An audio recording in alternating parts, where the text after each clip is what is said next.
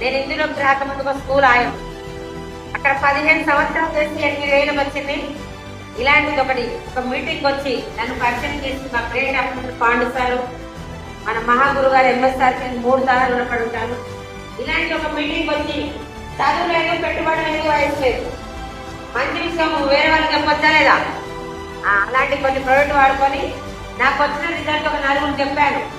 ఆ 4 తీసుకొచ్చి ఒక మీటింగ్ లో కూర్చోబెట్టా. మీటింగ్ లో కూర్చొని ప్రోడక్ట్ వాడుకొని వాళ్ళకు చెప్పిన ఒక 3 నెలలు అయినాక 7,450 రూపాయల చెక్ వచ్చింది నాకు.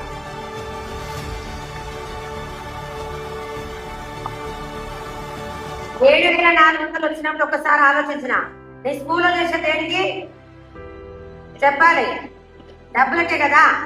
ఇదేదో బాగానే ఉందన్నట్టు కొన్ని మీటింగ్లకు వచ్చి తెలుసుకున్నా. ఇప్పుడు నేను చేయబట్టి 3 సంవత్సరాలు. ఇప్పుడు నాకు ఒక నెలకి 4,55,287 రూపాయలు. బయట ఏ జాబులైనా కూడా చేస్తేనే ఉంటది, చేస్తేనే ఇస్తారు, ఉంటేనే ఇస్తారు. అవునా కదా? ఇలా చాలా మంది గవర్నమెంట్ జాబ్ వదిలిపెట్టి చేస్తున్నారు. ఎందుకంటే 3 జనరేషన్ ఉంది. 3 సంవత్సరాలు ఎక్కడైనా చూడండి, మేము 20 సంవత్సరాలు చేసినా చేస్తేనే ఇస్తారు, ఉంటేనే ఇస్తారు. అవునా కదా? నాకు ఒకటే సార్ అనిపించింది, స్కూల్లో చేస్తున్నా కదా, చేస్తూ ఏమైనా అయిపోతే నాకు ఇస్తారా బయట?